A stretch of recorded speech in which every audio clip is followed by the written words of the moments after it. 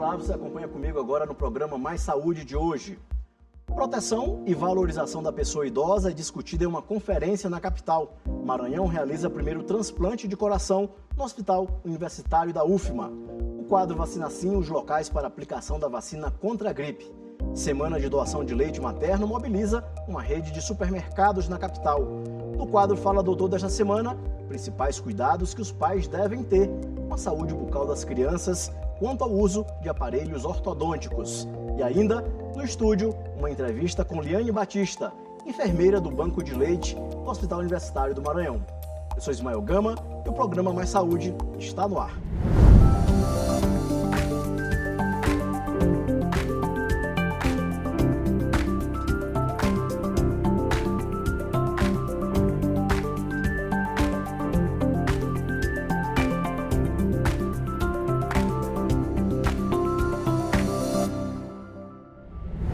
A Conferência Estadual da Pessoa Idosa reuniu autoridades, profissionais e cidadãos em São Luís para debater políticas de proteção e valorização da população idosa no Maranhão.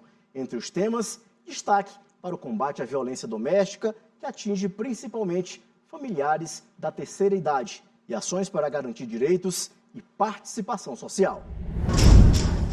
A Conferência Estadual reuniu pessoas idosas, profissionais e autoridades públicas com foco na efetivação de políticas públicas que garantam os direitos da população idosa no Maranhão. O evento foi promovido pela Secretaria de Estado dos Direitos Humanos em parceria com entidades representativas. A conferência é um espaço de escuta, de diálogo, de debate com gestores públicos, a sociedade civil organizada, para que a gente possa conferir, avaliar, monitorar as políticas públicas existentes pelo governo do Estado. Mas também é um momento de discutir a implementação do fortalecimento dessas políticas, discutir orçamento, para que essas políticas de fato elas sejam efetivas. Seu Militão não perde uma edição do evento. Aqui ele se sente acolhido e celebra a valorização da pessoa idosa. Muito bom, muito bom. Participei a primeira vez e vim toda a vida, porque eu gostei demais. Foi a melhor coisa que fizeram para nós, graças a Deus. Nesta sexta edição, a conferência trouxe o tema Envelhecimento Multicultural e Democracia, urgência por equidade, direitos e participação. Cada um envelhece da sua forma pessoal e o nosso território brasileiro é tão cheio, de culturas. Então a gente realmente, nesse momento, a gente está discutindo políticas que venham realmente impactar e mudar e melhorar a vida dessa pessoa idosa que é multicultural. A urgência por equidade, urgência por garantia de direitos. A violência contra a pessoa idosa também entrou em pauta. No Maranhão, de acordo com dados da Defensoria Pública, de janeiro de 2024 a maio de 2025, foram registradas quase 2.000 denúncias de violência sofrida pela população idosa na Grande Ilha. Um levantamento do Ministério Público mostra que quase 70% dos crimes são cometidos pelos próprios familiares. Se nós não soubermos cuidar das pessoas idosas, nós corremos o risco de ter um país que será o país mais discriminador do mundo contra aquele que nos construiu, aquele que construiu o que nós temos aqui. Ele tem um histórico, um simbolismo que precisa ser respeitado. O secretário nacional dos Direitos da Pessoa Idosa, Alexandre da Silva, participou do evento e destacou a importância de combater o desrespeito às pessoas idosas no Brasil. Hoje, o Maranhão tem um dado que ainda preocupa, porque a quantidade de pessoas idosas, o percentual de pessoas idosas que envelhecem ainda não está igual à média nacional. Então isso nos indica que temos que fazer ajustes e aprimoramentos para que as políticas e os programas, tanto nacionais, estaduais, dos municípios e o que conecta todos eles, precisam sim dar respostas mais imediatas para os problemas que nós podemos chamar de violações ou de violências. A Conferência Estadual dos Direitos da Pessoa Idosa acontece até esta quinta-feira em São Luís. Um momento de debates, reflexão e construção de propostas que valorizam a pessoa idosa no Maranhão. Acompanhe agora os locais das principais unidades de saúde que a vacina contra a gripe está disponível. No nosso quadro Vacina Sim.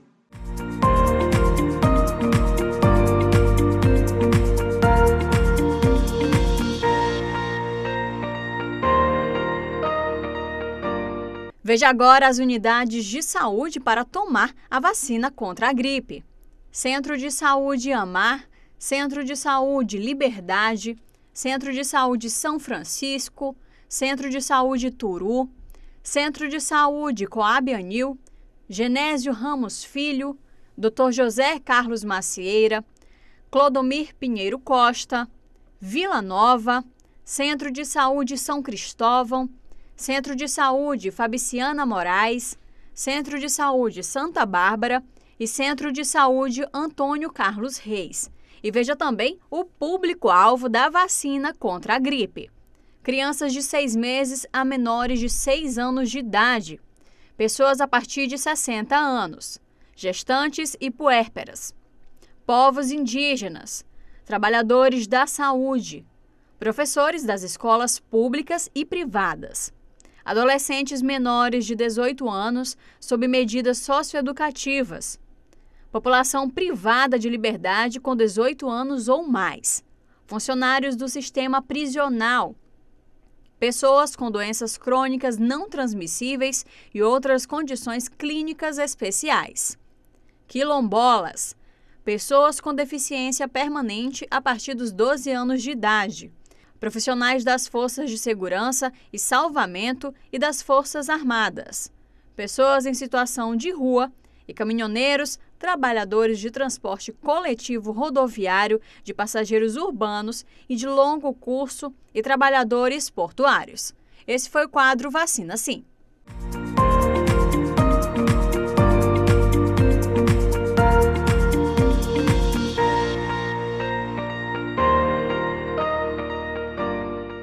O Maranhão alcança um feito inédito na área da saúde. Com a realização do primeiro transplante de coração, o Estado entra para o ranking dos que mais realizam esse tipo de procedimento no Nordeste e sobe de posição também no cenário nacional. Uma conquista histórica que reforça a capacidade da rede pública em oferecer procedimentos de alta complexidade e salvar vidas. Acompanhe. O Maranhão acaba de conquistar um marco histórico na área da saúde pública. Com a realização do primeiro transplante de coração, o estado passou a ocupar a 3ª posição no ranking de transplantes cardíacos do Nordeste, ficando atrás apenas de Pernambuco e Ceará. Nacionalmente, subiu para a 10ª colocação, empatando com estados como Bahia, Rio Grande do Norte e Paraíba. O transplante cardíaco, que foi um marco, na história do Maranhão agora em 2025, foi realizado dentro daquilo que foi esperado. A equipe vinha se preparando há bastante tempo, o receptor passa bem, e a gente considera realmente que foi um sucesso. O transplante de coração realizado aqui no Hospital Universitário da UFMA não apenas salvou uma vida, como também colocou o Maranhão entre os estados com maior capacidade de realizar procedimentos de alta complexidade. A meta da Secretaria de Saúde é ampliar ainda mais os transplantes de órgãos, consolidar o Maranhão como referência no Norte e Nordeste e, acima de tudo, salvar mais vidas.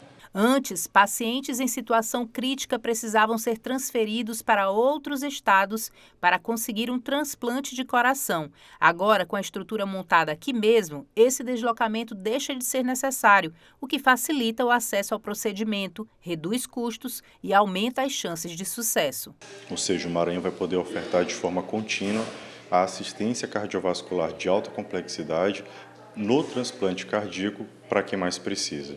Então, isso é fruto de muito trabalho, de muita dedicação das equipes, do Hospital Universitário, da Secretaria de Estado da Saúde, da Central e de todos os parceiros, como o Hospital Carlos Macieira também.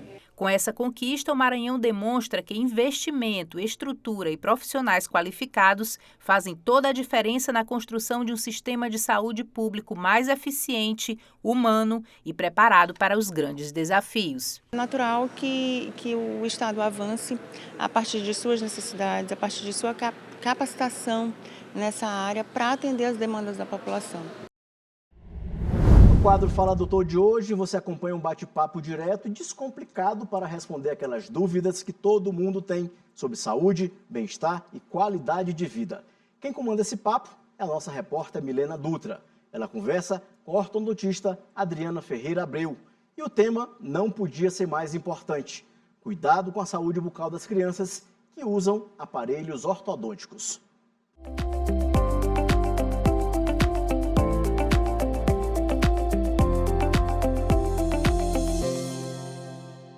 Olá, muito bom dia para você que acompanha o programa Mais Saúde. E então a gente conversa agora com a doutora Adriana Abreu, ela que é ortodontista e especialista no atendimento de crianças também aqui em São Luís. A gente vai falar hoje no quadro Fala Doutor sobre um cuidado super importante, que é o cuidado com a saúde bucal da criança, especialmente no que diz respeito ao uso de aparelhos ortodônticos. É assim que chama, né, doutora?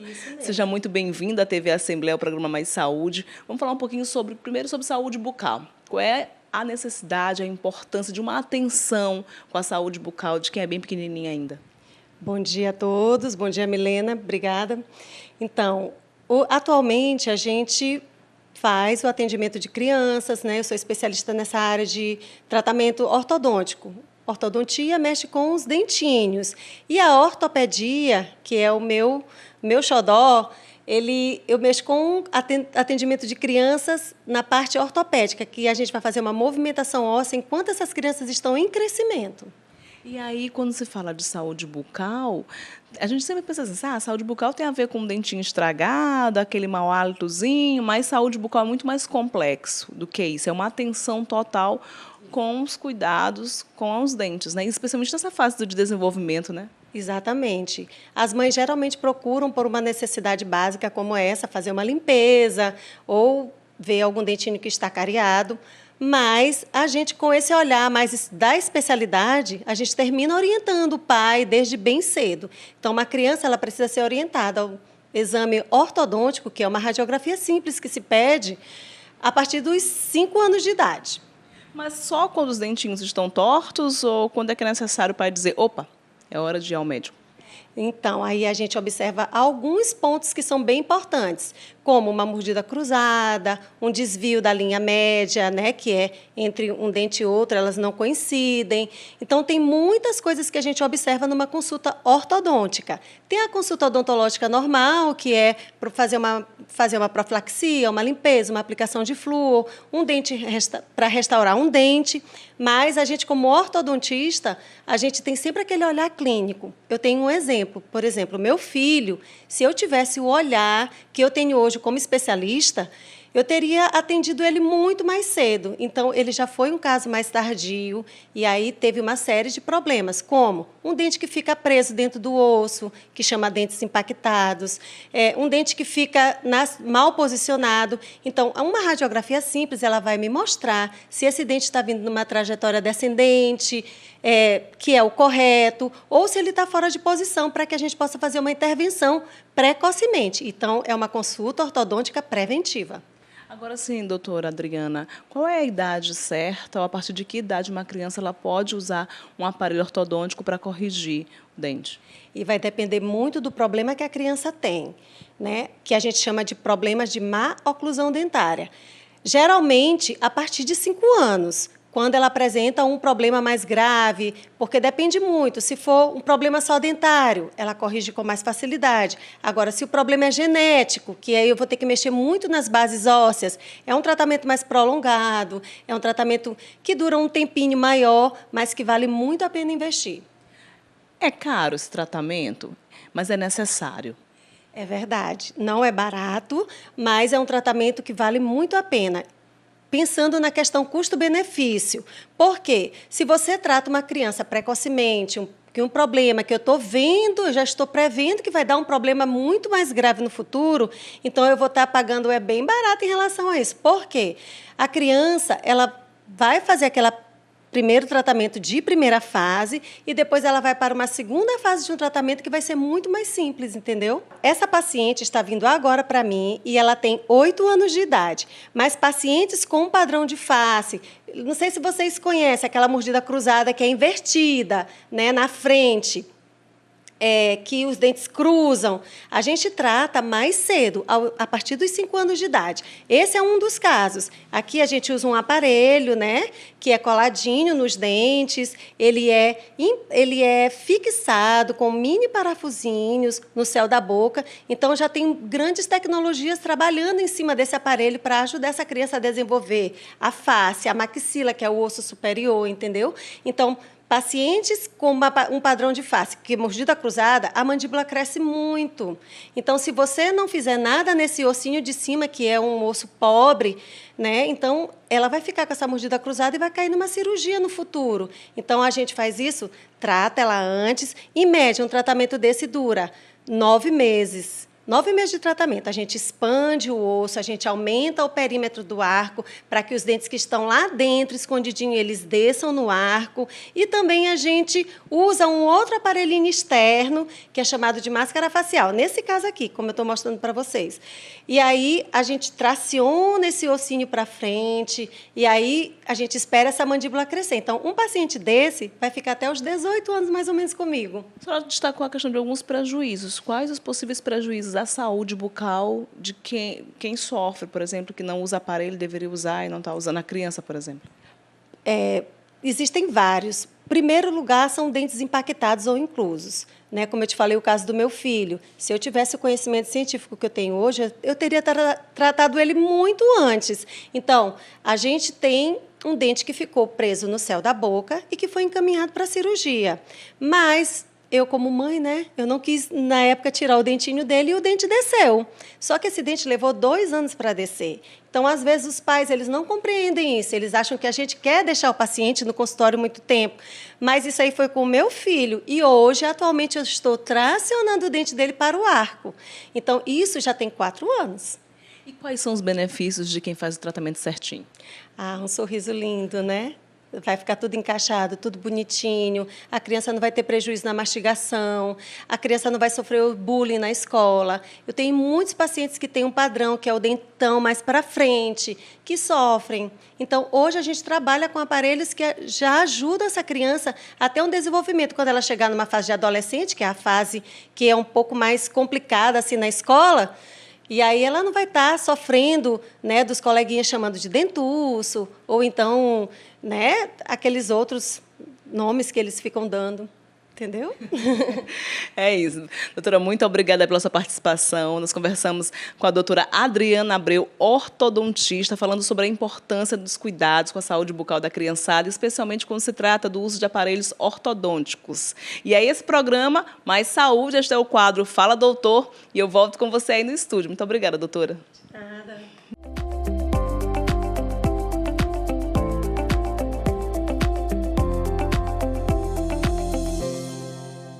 E veja no próximo bloco uma reportagem sobre a semana de doação de leite materno e uma entrevista com Liane Batista, enfermeira do Banco de Leite Humano do Hospital Universitário do Maranhão. É só um instante.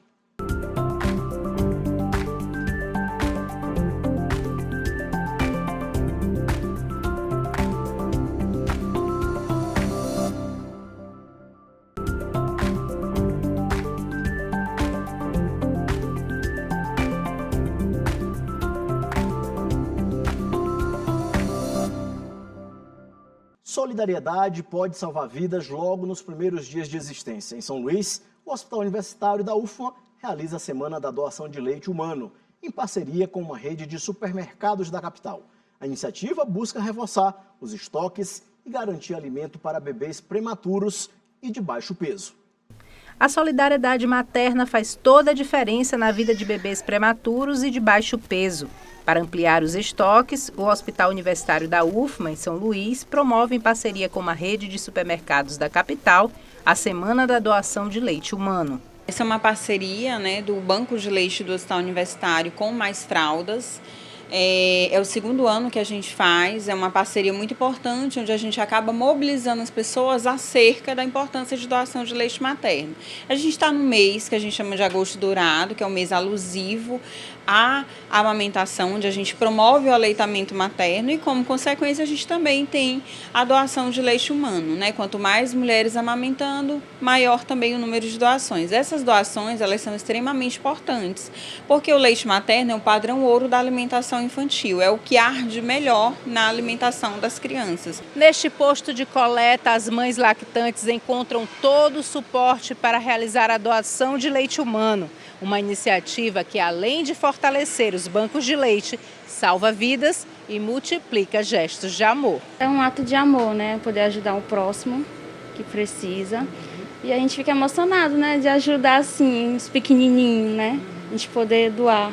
Para mim é um privilégio, né, ter esse momento, é uma dádiva de Deus conseguir amamentar, né, enquanto muitas mães queriam estar passando por esse momento, mas não podem, né.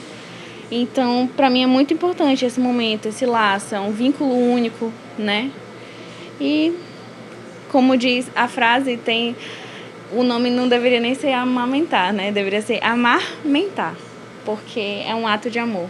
Cada frasco coletado faz diferença para os recém-nascidos internados nas UTIs neonatais. Ela vai chegar, vai mostrar o interesse, a gente vai perguntar, né, se é uma mulher saudável, se o bebê delas tem aleitamento exclusivo. É o padrão que a gente faz com qualquer mulher que vai doar leite materno. E aí, depois disso, a gente encaminha ela para a nossa bomba, né, e faz a extração desse leite para posteriormente, depois de congelado, enviar para o banco de leite. A ação vai continuar. As informações sobre os pontos de coleta estão disponíveis no Hospital Universitário da UFMA. Os contatos 98 2109 1021 e o 98 2109 1063. Mais do que um gesto solidário, a doação de leite humano é um verdadeiro ato de amor, capaz de transformar a fragilidade em esperança e garantir um começo de vida mais saudável para muitos bebês. No programa de hoje, a nossa entrevista é com Liane Batista, enfermeira do Banco de Leite Humano do Hospital Universitário do Maranhão. Ela vai falar sobre a campanha Agosto Dourado. Seja bem-vinda, Liane, ao programa Mais Saúde aqui da TV Assembleia. Muito obrigada, é um prazer estar presente aqui e partilhar um pouco, né, do nosso Agosto Dourado. Liane, por que esse Agosto Dourado ele é tão simbólico para a amamentação? Assim, o dourado, ele veio, por que tem essa cor dourada? Porque a amamentação, ela é o padrão ouro da alimentação infantil. Quando a gente fala que é o padrão ouro na área da saúde, a gente sempre está falando que é o que há de melhor para a gente oferecer para aquela criança em relação à alimentação. O início da alimentação daquela criança tem que ser com padrão ouro. Então, não existe nada que o ser humano possa fazer que supere os benefícios do aleitamento materno. Sem substituição, né? Sem substituição. É só leite no peito até 6 meses, sem dar nem água. Esse período do mês de agosto, vocês fizeram campanhas diferentes, né? Foram ao supermercado, como é que foi? Sim, a gente ainda está no supermercado, está encerrando agora... Dia 30, a gente está encerrando essa campanha, né, do nosso Agosto Dourado. A gente passou uma semana incentivando a doação de leite para a gente estar levando o leite materno, o leite humano para os nossos bebezinhos da UTI neonatal. Então, o Hospital Universitário fez uma parceria com Mais Fraldas e aí foi instalado um estande de doação de leite humano. Foi bem interessante essa campanha. É o 2º ano que a gente faz essa campanha em parceria com a Mais Fraldas. E nesse ponto de doação tem toda a estrutura onde a gente pode preservar a qualidade do leite humano para a gente coletar esse leite que não contamine. No caso, o que é preciso para ser doadora de leite? A mãe, ela precisa produzir muito ou não precisa? O que ela doar já é suficiente para a gente, porque tem bebês que se alimentam apenas com 1 ml de leite humano. Faz muita diferença, né? Faz diferença. Não, aquele bebezinho que está na UTI, a gente levando o que é de melhor da alimentação infantil para ele, independente do volume que ela consiga doar, já nos ajuda. O que ela precisa estar? Amamentando o seu bebê, a gente jamais quer que ela deixe de dar o leite do seu bebê para o seu filho para retirar para a gente do banco de leite, certo? Então, assim, ela tem que estar amamentando o seu filho. Se tiver com menos de 6 meses, tem que estar em aleitamento materno exclusivo. Após os 6 meses, aí já pode estar na alimentação complementar de maneira saudável. No caso, o que a mãe precisa fazer para poder ser doadora? Existe um contato telefônico? Como é que é? Tem, ela pode entrar em contato conosco, tem um número, né, que a gente pode estar fornecendo, que é o 2109 1178, e tem um número do WhatsApp que eu forneço para você deixar disponível para elas terem acesso. Aí, no WhatsApp, se ela dá uma palavrinha naquele número nosso do WhatsApp, já vai vir uma mensagem automática onde ela faz um pré-cadastro e um vídeo explicando como que ela deve retirar esse leite para não contaminar. E pode ser armazenado por muito tempo, depois que tiver esses cuidados todos que vocês recomendam? Como é que é esse processo de armazenamento? Uma vez eu fui fazer uma reportagem, várias vezes na verdade, e existe um processo de pasteurização, né? Como é que funciona? Pronto, o leite cru, quando eu falo leite cru, é o leite quando é retirado diretamente da mama e colocado num recipiente adequado, que é um frasco de vidro e tampa de plástico. Ele congelado, ele dura 15 dias, ele cru, sem passar por esse processo de pasteurização que você está falando. Após aquele leite humano passar por esse processo de pasteurização, aí a gente amplia essa data de validade. De 15 dias, ela amplia para 6 meses. Por isso que os bancos de leite podem ter um estoque. Eliana, o que representa a mãe amamentar até os 6 meses de vida da criança? Pelo menos até os 6 meses. O que representa para o futuro da criança? Uma criança mais saudável, uma criança mais inteligente. O leite humano já é comprovado cientificamente que ajuda a prevenir infecções respiratórias. Não sei se vocês agora, né, recente aqui em São Luís, a gente teve um surto de bronquiolite, né? E o leite humano, principalmente quando ele é exclusivo até o 6º mês, mas quando a gente fala de exclusividade, não é para dar nem água para essa criança. E também não é para encerrar a alimentação do leite materno com 6 meses. Ele pode continuar por 2 anos ou mais, né? A partir de 6 meses, a gente entra com outros alimentos para ajudar, para complementar essa alimentação da criança. E assim, além de prevenir infecções respiratórias aéreas, previne doenças diarreicas também. Deixa essa criança mais inteligente. No futuro dessa criança, ele vai ser um adulto que pode não ter hipertensão, nem diabetes, obesidade. Tudo isso já é comprovado cientificamente que previne. No caso, só uma dúvida que eu tenho, no caso das mães doadoras, existe alguma exigência em relação à alimentação? Tem que ser uma alimentação diferenciada ou não? Não, ela pode fazer a alimentação normal dela, não tem problema nenhum, não tem restrição.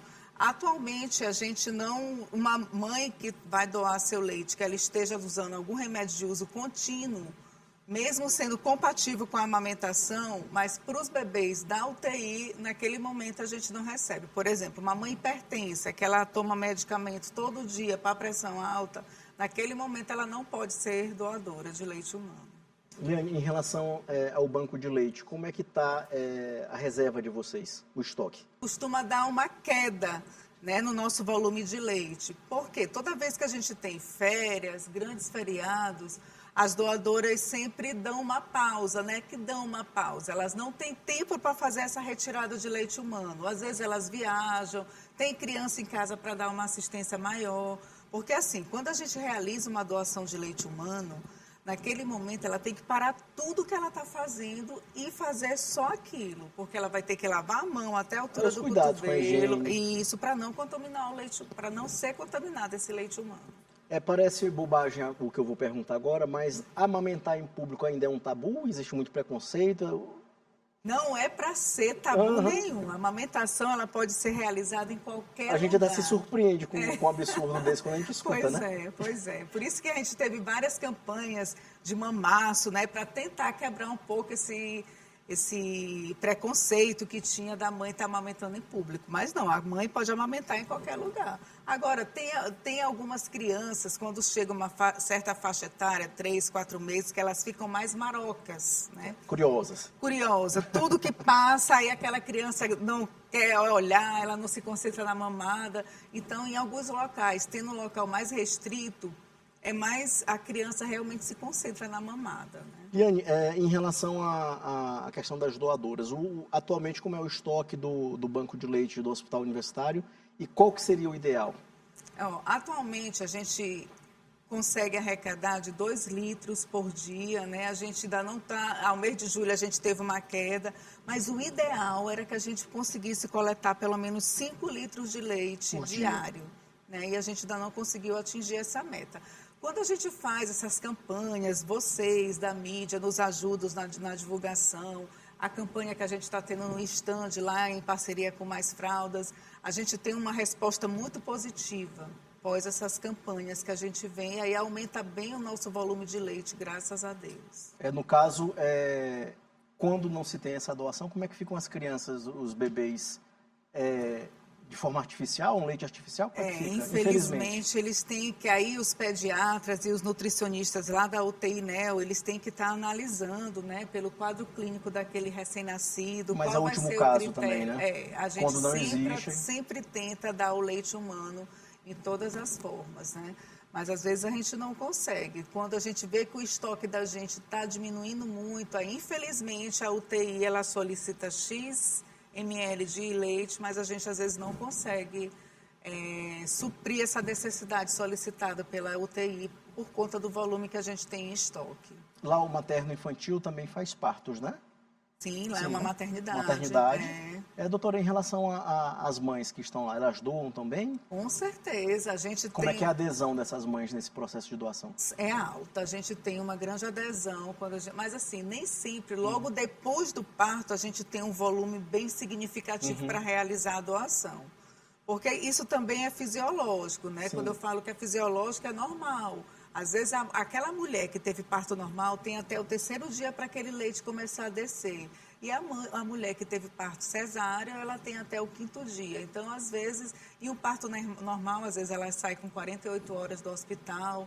Aí, depois, mas sempre a gente faz campanha, a gente faz captação de doadoras dentro do nosso próprio hospital. As próprias mães da UTI vão retirar o seu leite para o seu próprio bebê.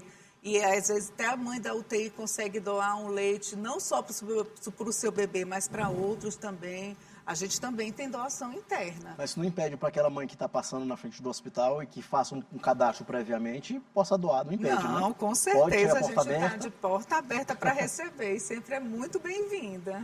Liane, obrigado por sua participação aqui no programa Mais Saúde da TV Assembleia. Seja muito bem-vinda. Parabéns pela campanha que vocês fizeram nesse ano, agora no Agosto Dourado. Muito obrigada, estaremos sempre disponíveis quando for preciso. Esse foi o nosso programa Mais Saúde de hoje. Para você, um bom início de semana e a gente se encontra no próximo domingo às 9 da manhã. Até lá!